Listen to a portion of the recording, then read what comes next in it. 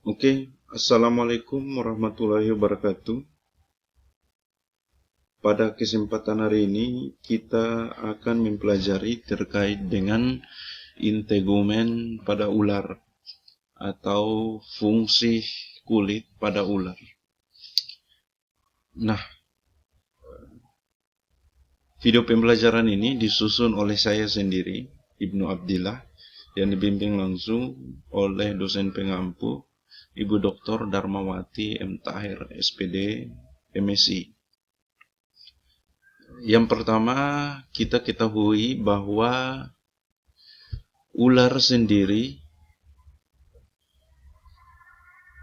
merupakan salah satu hewan yang termasuk dalam kelompok reptil, di mana di sekujur hewan ini, di sekujur tubuh hewan ini terdapat sisik yang menutupi kulitnya atau menutupi tubuhnya. Nah, hal tersebut memunculkan pertanyaan, sisik-sisik tersebut terbentuk atau tersusun dari apa? Nah, itulah yang kemudian nanti kita pelajari. Selanjutnya, morfologi sisik ular, di mana sisik ular itu merupakan modifikasi atau diferensiasi dari lapisan kulit terluar atau epidermis, biasa kita sebutnya, di mana sisik ular tersebut terbentuk atau terbuat dari keratin. Kalau dalam di manusia, keratin itulah yang kemudian menyusun kuku dan rambut kita. Kalau manusia, kalau di ular itu membentuk sisik ular tersebut. Yang ketiga adalah dari atau tiap-tiap jenis ular itu memiliki bentuk dan ukuran sisiknya yang kemudian berbeda-beda. Setiap ular memiliki jenis sisiknya, kemudian bukan jenis sisik, namun jenis atau memiliki bentuk dan ukuran yang berbeda-beda. Selanjutnya, kita akan coba mempelajari beberapa variasi bentuk sisik pada ular. Kemudian juga disertai dengan contoh-contohnya. Yang pertama, bentuk membulat atau sikloid. Bentuk sikloid ini seperti terdapat pada tubuh ular kawat dari suku Thiopidae. Kemudian yang kedua, panjang meruncing dengan ujung lancip. Nah, panjang meruncing dengan ujung lancip ini misalnya terdapat pada ular gadung, atau nama latinnya adalah Ahatula racina.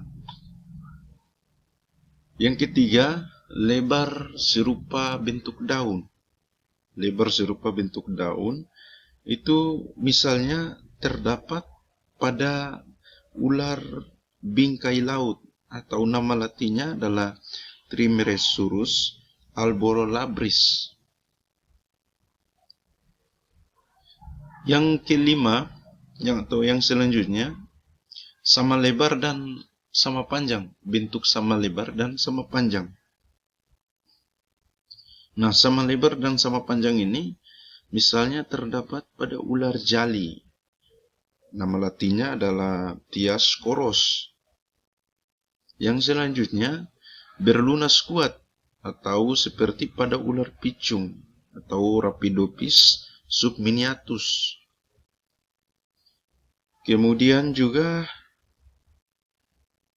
serupa duri atau bersusun sejajar. Itu misalkan terdapat pada ular lempe atau lampemis. Dan yang terakhir adalah membentuk seperti kenop yang besar dan tak saling bertumpang tindih.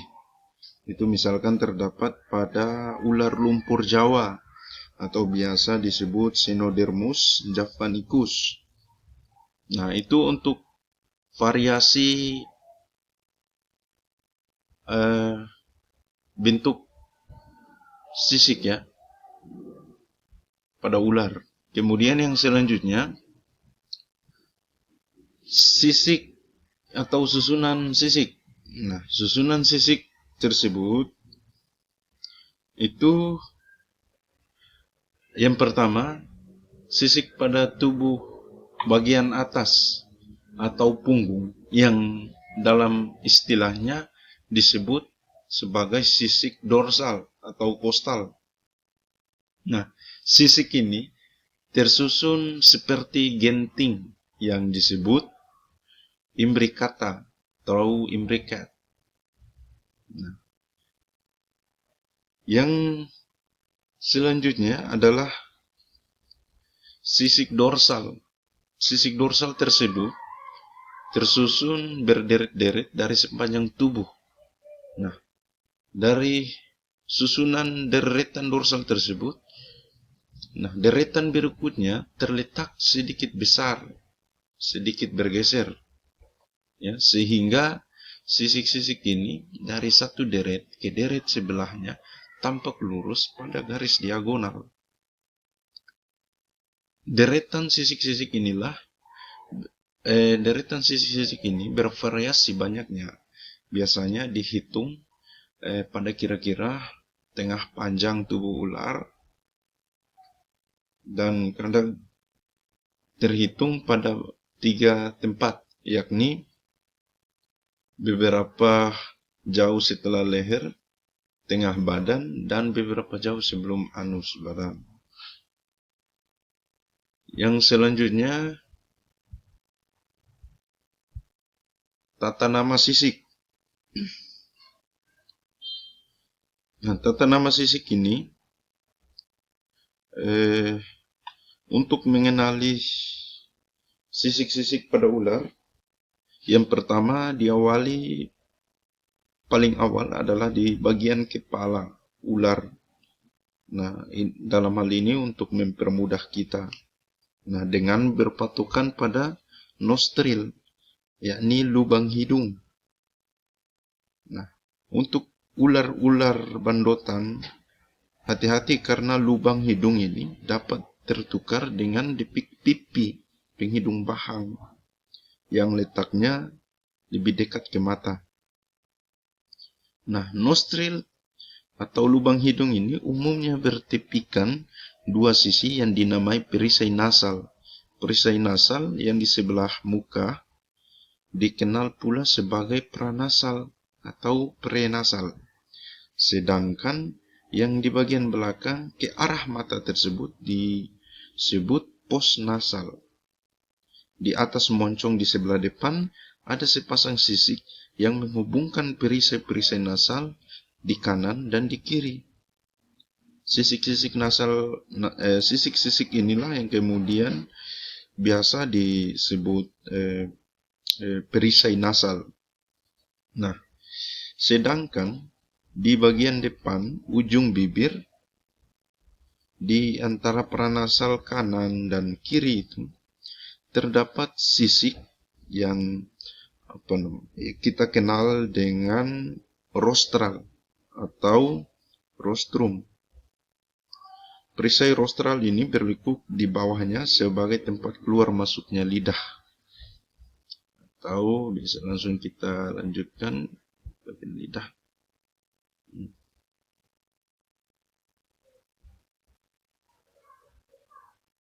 Bisa kita lanjut, teman-teman. Nah, menurut Malcolm A. Smith pada 1943, ada beberapa singkatan-singkatan yang diberikan, kode-kode, untuk mempelajari terkait dengan bagian-bagian sisik yang terdapat di bagian kepala ular tersebut. Yang pertama, kode AG merupakan anterior genials, alias perasi dagu depan. Kemudian F merupakan perisai frontal. In In merupakan perisai internasal. Ada I merupakan perisai loreal. LA merupakan perisai supralabial atau labial atas. Kemudian M merupakan perisai mental. N merupakan perisai nasal. P perisai parietal. PF merupakan perisai prefrontal. PG merupakan posteriori genials atau perias dagu.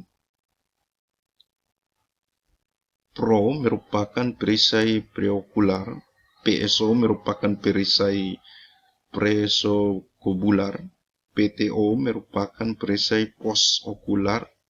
R merupakan perisai rostral. S merupakan perisai supraokular. T merupakan perisai temporal. Dan yang terakhir V itu merupakan perisai ventral pertama atau biasa disebut ventral terdepan.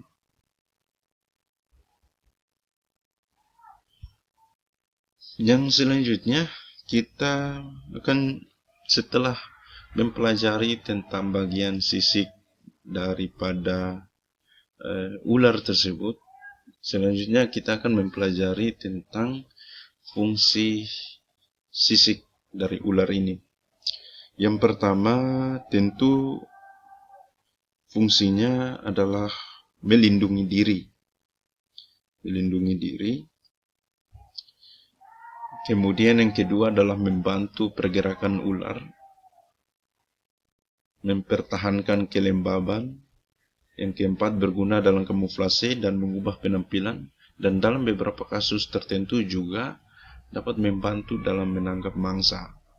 Kemudian yang terakhir, sisik ular juga berevolusi dan berubah untuk melayani fungsi-fungsi tertentu. Misalnya sisik bening serupa kaca arloji yang melindungi mata ular tersebut. Nah, mungkin itu sekian video pembelajaran yang dapat saya berikan pada kesempatan hari ini. Semoga video yang pendek ini dapat bermanfaat untuk kita semua dan dapat bernilai ibadah bagi kita semua. Demikian, billahi taufiq wal hidayah. Wassalamualaikum warahmatullahi wabarakatuh.